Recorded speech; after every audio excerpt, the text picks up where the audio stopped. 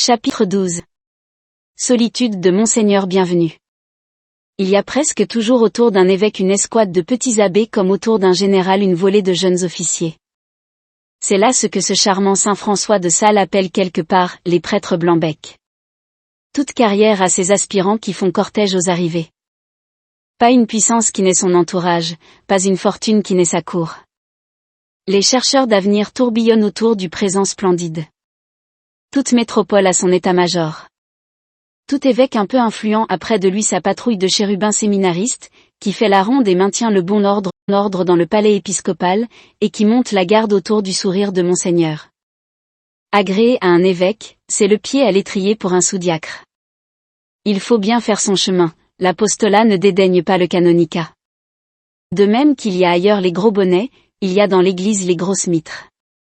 Ce sont les évêques bien en cour, riches, rentés, habiles, acceptés du monde, sachant prier, sans doute, mais sachant aussi solliciter, peu scrupuleux de faire antichambre en leur personne à tout un diocèse, trait d'union entre la sacristie et la diplomatie, plutôt abbé que prêtre, plutôt prélat qu'évêque. Heureux qui les approchent.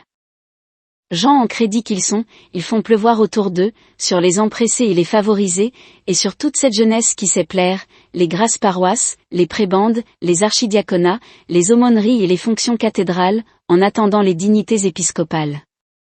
En avançant eux-mêmes, ils font progresser leurs satellites, c'est tout un système solaire en marche.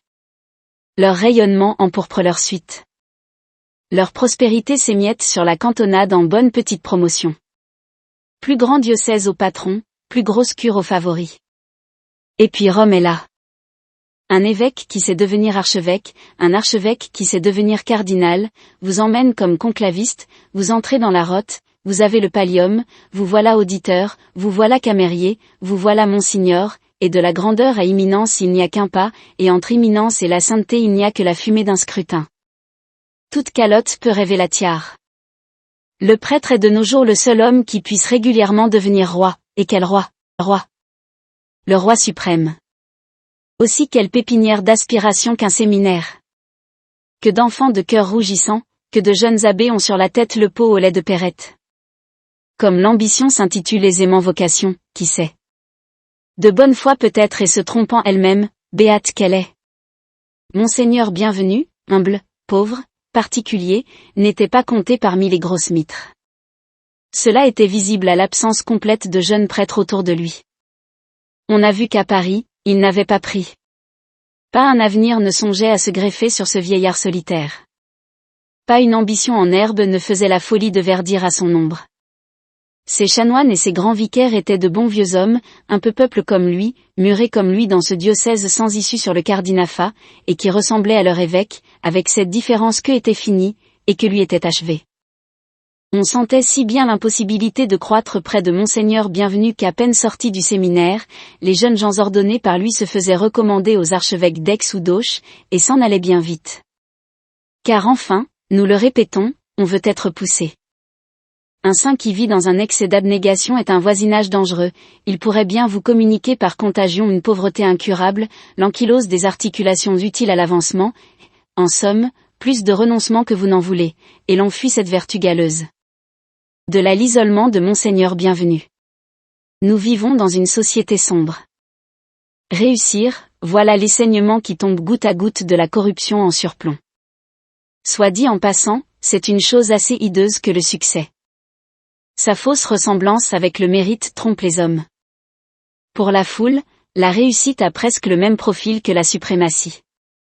Le succès, ce ménechme du talent, a une dupe, l'histoire. Juvénal et Tacite seuls en bougonnent. De nos jours, une philosophie à peu près officielle est entrée en domesticité chez lui, porte la livrée du succès, et fait le service de son antichambre. Réussissez, théorie. Prospérité suppose capacité. Gagner à la loterie, vous voilà un habile homme. Qui triomphe est vénéré. Naissez coiffé, tout est là. Ayez de la chance, vous aurez le reste, soyez heureux, on vous croira grand. En dehors des 5 ou 6 exceptions immenses qui font l'éclat d'un siècle, l'admiration contemporaine n'est guère que myopie. Dorure est or. Être le premier venu, cela ne gâte rien, pourvu qu'on soit le parvenu. Le vulgaire est un vieux narcisse qui s'adore lui-même et qui applaudit le vulgaire.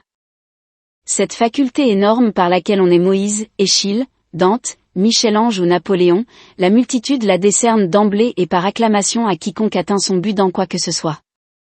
Qu'un notaire se transfigure en député, qu'un faux Corneille fasse Tiridate, qu'un eunuque parvienne à posséder un harem, qu'un prud'homme militaire gagne par accident la bataille décisive d'une époque, qu'un apothicaire invente les semelles de carton pour l'armée de Sambre-et-Meuse et se construise, avec ce carton vendu pour du cuir, 400 000 livres de rente, qu'un porte-balle épouse l'usure et la fasse accoucher de 7 ou 8 millions dont il est le père et dont elle est la mère.